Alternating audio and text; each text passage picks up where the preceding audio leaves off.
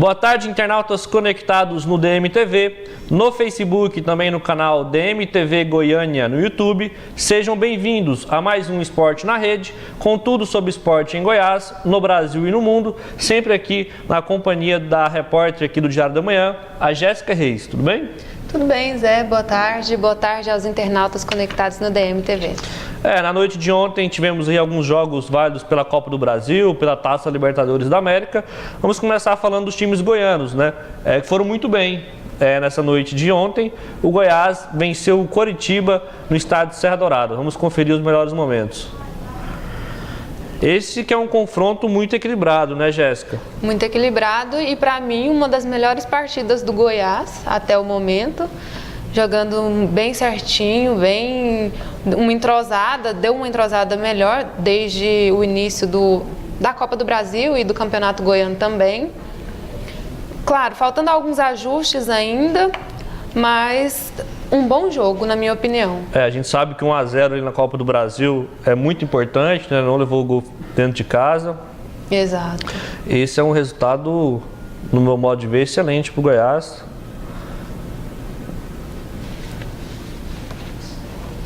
Aí um golaço, né? E o Goiás pressionando todo o começo do primeiro tempo. Teve uma oportunidade, acho que aos 2 minutos, uma outra aos 4. E sempre pressionando o Coritiba. Acho que lá para 25 minutos foi que o Coritiba conseguiu dar uma resposta mais efetiva, mais perigosa, que não resultou em gol, né? O gol do Goiás foi marcado pelo lateral esquerdo Jefferson, né? Que vem se destacando aí no começo de temporada, né? Numa jogada de quem? Maranhão. Maranhão, que vem fazendo uma boa temporada também. Boa temporada.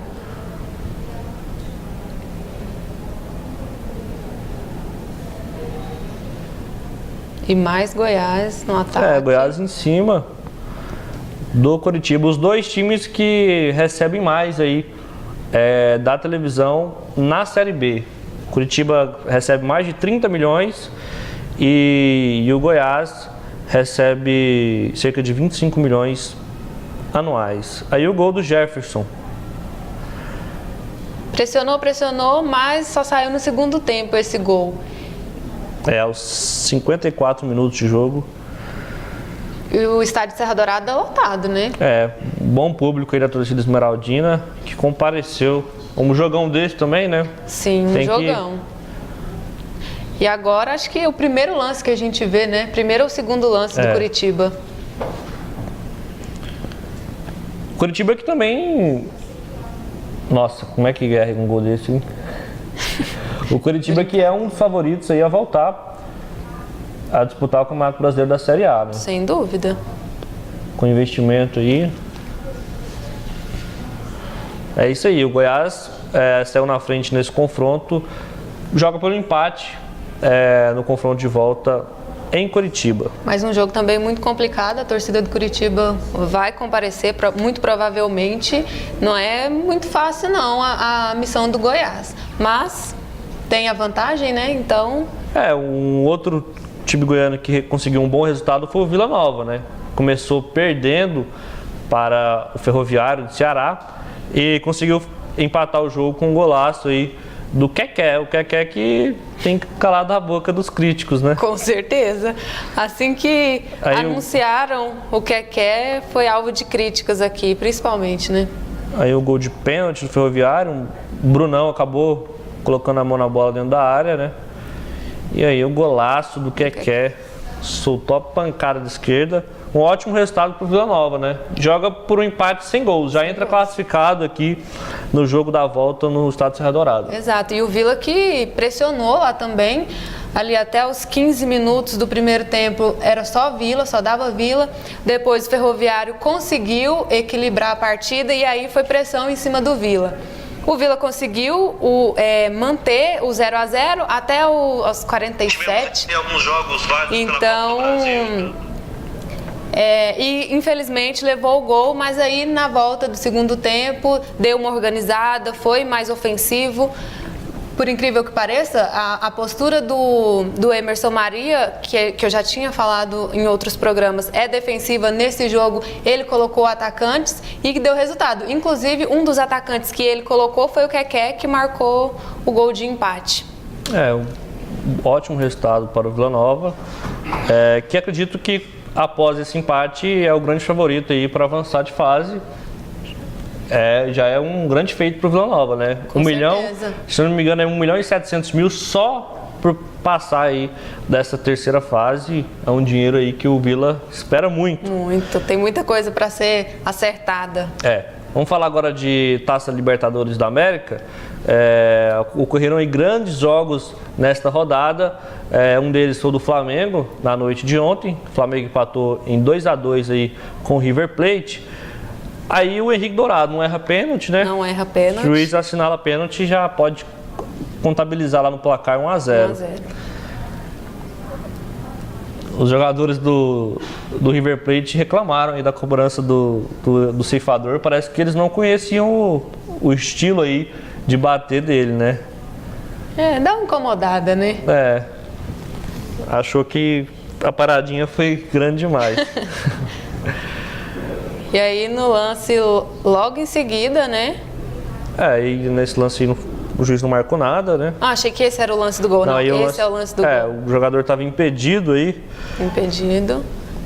O Flamengo já reclamava de um pênalti não marcado, né?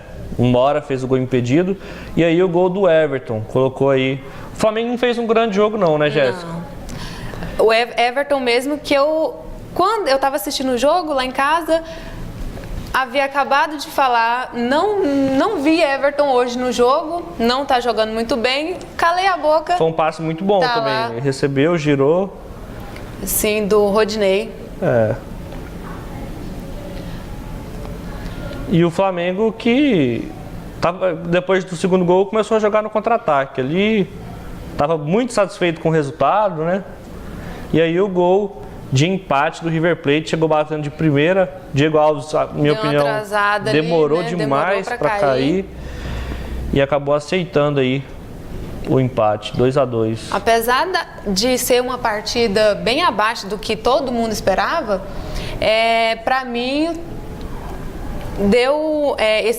ficou esse placar, né, empatado, principalmente pelas alterações ali no momento que você tinha acabado de falar. O Flamengo estava mais no contra-ataque, o técnico fechou o time e alterações que não deram certo. Ele colocou o Rômulo na hora que jogou no 4-1-4-1 o jogo inteiro.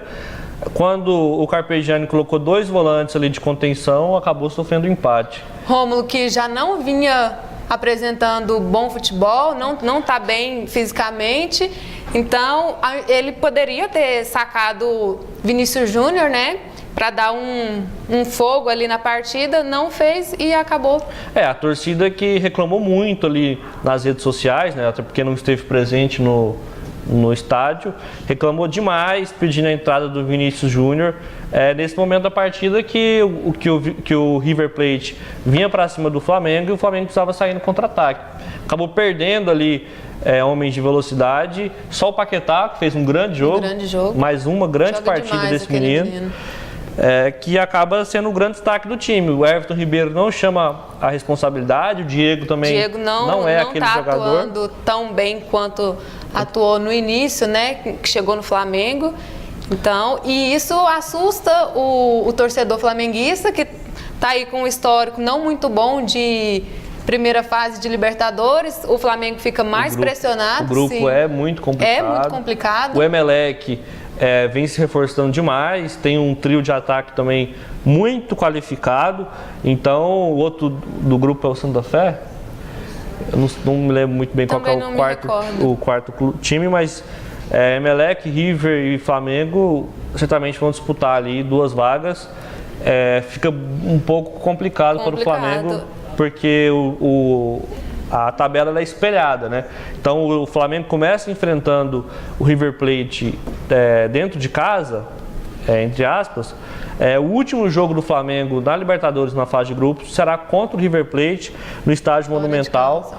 Então, se precisar, e certamente deve precisar de uma vitória na última partida, vai ficar muito complicado para o Flamengo. Não, e o Flamengo que na Libertadores do ano passado iniciou a fase, né, com 2 vitórias. Então ele já começa com um empate e a torcida já com certeza vai pegar no pé, vai cobrar mesmo. Outro jogo que ocorreu aí na noite de ontem foi o empate do Corinthians em 0-0. Na verdade, nenhum time brasileiro venceu, né? Vamos começar já falando a verdade. Nenhum time brasileiro venceu. Ainda falta o Vasco, né? Na semana que vem. Falta o Santos. E ainda falta o Santos. O Cruzeiro fez um grande jogo, né? Foi um grande espetáculo ali com o Racing de Avejaneda, mas acabou derrotado aí por 4-2. Para mim, dos brasileiros, foi a melhor atuação até agora. O que, para você ver, perdeu de 4 e mesmo assim fez uma boa partida. Boa partida, não ficou naquela de defender, saiu pro ataque, só que não teve tanta qualidade assim na hora de finalizar. O que já o Racing teve de sobra, né? Quem me segue no Twitter sabe que eu falo do Lautaro Martinez há muito tempo. É o grande craque do futebol argentino. Ele é reconhecido pela imprensa e também pelos torcedores, até dos rivais, como sendo um grande jogador do futebol argentino. Ele e o Pavón, do Boca Juniors, é o futebol argentino que tem o Tevez, por exemplo, e ele aos 20 anos de idade é uma joia ali. Na Argentina eles comparam muito o que aconteceu com o Neymar, o que ocorreu com o Neymar na Copa de 2010. Você lembra que toda a imprensa pediu o Neymar e o Dunga não convocou nem entre os que ficariam de fora ali, como foi o Ganso, né? Com o Martinez está acontecendo a mesma coisa. O técnico Jorge Sampaoli estava no estádio e está tendo essa pressão muito grande para que ele seja convocado aí. Joga muito, muito decisivo, né? E foi um empate do Arrascaeta, né? E aí uma jogada ensaiada que ele foi muito esperto ali e fez o 2-1. E o engraçado é que esses 3 gols do Racing, falhas da defesa, né? Na minha opinião, o Cruzeiro que teve esse problema com o lateral e zagueiro de serem avisados, né, em pouco tempo. Então o time vinha treinando de uma forma, para a partida tiveram substituições. Que gol que o Rafinha perdeu, desculpa te interromper. Que gol, é o que eu falo, o Cruzeiro teve muitas oportunidades de marcar, de vencer a partida, mas não foi tão efetivo, né? Tem uma bola também do Arrascaeta que é incrível. Aí o Lautaro Martinez de novo infernizando a defesa. Realmente, você tocou num ponto muito importante. Manuel e Murilo, uma péssima zaga. Péssima atuação. E a gente também tem que falar do mais um gol, né? Do Racing. Mais um gol dele, o Martinez, 1,73 m, subiu ali no meio da zaga. Não pode, né? Não pode. A gente tem que falar também do Fred, né? Sentiu ali logo nos minutos iniciais da partida e, querendo ou não, você perde uma referência. Então, essas oportunidades que eu falei, o Cruzeiro teve muitas, né? Talvez o Fred lá na área, né, conseguiria marcar, porque o Fred é bem oportunista. E o gol do Solari foi quem fechou a conta para o Racing de Avejaneda, 4-2. Esse que, na minha opinião, é o grupo da morte, né? Grupo da morte. Eu acho que o Vasco e a Universidade de Chile devem ter acompanhado esse jogo e deve ter ficado preocupado, porque o time que foi derrotado, na minha opinião, jogou bem e mostrou que tem qualidade para avançar. Na minha opinião, foi até melhor que o Racing, mas, como eu falei, não conseguiu aproveitar, não conseguiu ser eficiente na finalização. Mas, realmente, os 2 outros times aí estão bem preocupados. Ainda acho que Cruzeiro e Racing são os grandes favoritos a avançarem nesse grupo. Mas nada está garantido, né? Universidade mas não terão tranquilidade, né? É um grupo realmente muito difícil. 3 campeões de Libertadores, ainda a Universidade de Chile ganhou Copa Sul-Americana. Nos últimos anos vem feito ótimas campanhas. É o grande poderoso do futebol chileno. é um grupo realmente muito complicado. O Vasco que brigou, né, nessa pré-Libertadores e caiu justamente no grupo da morte. A parte boa é que já vem atuando, né? Enquanto todos os outros clubes estão estreando, o Vasco já vai fazer o quinto jogo aí na Libertadores. Que é uma competição que exige um estilo de jogo diferente, é um jogo mais pegado, né? É bem diferente dos estaduais, como os outros times brasileiros estão atuando agora. Vamos falar agora do Grêmio, mais um que não venceu, né? Acabou empatando fora de casa no Uruguai contra o Defensor. Começou ganhando também, começou fazendo 1-0 ali com o Maicon. Maicon que foi titular durante boa parte da campanha do Campeonato Brasileiro do ano passado, acabou se lesionando, está voltando ali a conquistar o seu espaço ali no time do Grêmio. Esse empate aí do Grêmio, para mim, foi uma derrota, né? Assim, junto com o Flamengo, foi uma das decepções dos brasileiros até agora, porque tem um time superior. É um time muito copeiro, o Grêmio. Muito copeiro. E esse empate, na verdade, o Grêmio não ganhou um ponto, né? Ele perdeu 2. Porque esse empate, o Grêmio tinha total condição de sair com a vitória e acabou sofrendo um empate. Os uruguaios não devem ter ficado tristes com o empate, não. Isso aí é vitória para eles, né? Atual campeão da Taça Libertadores, né? Acho que sofreu pênalti ali ainda, hein? O atacante do Grêmio.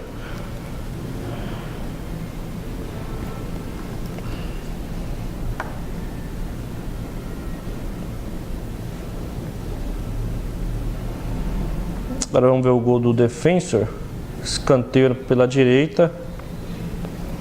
Uma falha também da zaga. Bateram cabeça ali, Mambela fez subiu sozinho, nem precisou ali de uma forcinha para marcar. E aí o empate, 1-1. Felicidade do garoto. Mas como você disse, empatar ali com o atual campeão da Libertadores é uma vitória. É um ótimo resultado.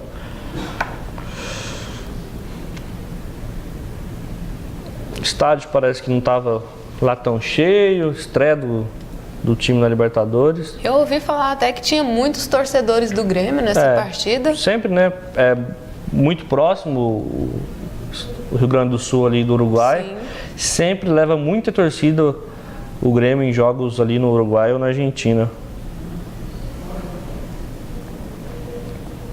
A zaga do Grêmio que é muito boa, né? O Kahneman e o Jeromel. Mas, na minha opinião, os laterais já não são grandes coisas. O Cortez, não sei como o Renato Gaúcho fez esse menino voltar a jogar bola. O Edilson foi pro Cruzeiro, né?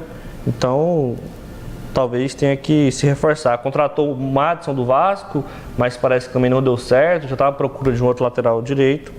O Grêmio que precisa encaixar ali agora essas peças nas laterais. E rápido, porque a Libertadores não espera, né? Não só a Libertadores, mas todas as competições que o Grêmio participa são muito rápidas. E uma falha, um empate como esse pode tirar a classificação lá na frente. Vamos falar então de outros jogos, campeonatos estaduais e também Copa do Brasil. Na verdade, campeonatos estaduais não, somente Copa do Brasil, né? São Paulo e CRB. São Paulo abriu uma boa vantagem aí, 2-0. E vai errar pênalti assim lá longe, hein? Todo jogo, Cueva erra o que pênalti. Tem ceifador que marca muito, né, pênalti? O Cueva não tá acertando uma. Tá numa fase complicada. Que fase. O Militão fez o 2-0. O Atlético Mineiro saiu na frente ali do Figueira, 1-0. E para terminar a nossa pauta, o Neymar. O Neymar acabou machucando ali no jogo do Paris Saint-Germain e Olympique de Marseille e saiu chorando de campo. Uma preocupação muito grande ali para todos os brasileiros, né, para a seleção brasileira, também para o Paris Saint-Germain, que tem é o jogo mais importante do ano para fazer contra a equipe do Real Madrid. O primeiro jogo ficou 3-1. E o Neymar, a notícia é que o Neymar vai ter que operar o 5º metatarso e vai ficar de 2 meses e meio a 3 meses parado. E se já era difícil a vitória do PSG contra o Real Madrid, agora sem o Neymar a coisa complica um pouquinho mais. Ainda mais porque o técnico do Paris parece que não gosta de ganhar o jogo, né? Porque tem Di Maria, tem vários jogadores ali de qualidade, o Draxler, e ele prefere colocar jogadores contestáveis, né? Como aconteceu no primeiro jogo, né? Foi muito medroso. E agora, mas dessa vez deve colocar realmente o Di Maria, o Mbappé e o Cavani, ver no que vai dar, né? Até porque não tem outras opções assim, né? E você acha que Neymar fica preparado aí para a Copa ou o Brasil vai... Eu acho que é tempo suficiente ali pro... O Neymar queria fazer essa cirurgia, o Rodrigo Lasmar também, que é o médico da seleção brasileira também, queria que fosse feita essa cirurgia. Ela vai ocorrer no sábado ali, neste sábado, na parte da manhã, e o tempo de recuperação é esse, 2 meses e meio a 3 meses. Acho que é o suficiente para ele voltar para disputar a Copa do Mundo. Dá um tempo ali de 1 mês, né, para preparação para a Copa. Neymar a gente sabe que pode ser até que recupere em menos tempo. O Gabriel Jesus também já está de volta, praticamente a mesma lesão. É a mesma lesão, né? O 5º metatarso. Então o Neymar deve voltar. O que seria preocupante seria se ele não fizesse essa cirurgia, né? O médico da seleção brasileira falou que caso não fizesse a cirurgia, podia jogar ali e depois piorar a situação, chegar próximo da Copa do Mundo. Imagina o Neymar próximo da Copa, seria um desastre para a seleção brasileira. Então acabou, infelizmente, uma fatalidade, né? Mas acabou sendo o melhor a ser feito a cirurgia mesmo, que vai ocorrer no sábado. Então é isso. Esporte na Rede está ficando por aqui. Boa tarde, Jéssica. Boa tarde, Zé. Boa tarde para o pessoal aí de casa. Até a próxima quinta-feira. Boa tarde.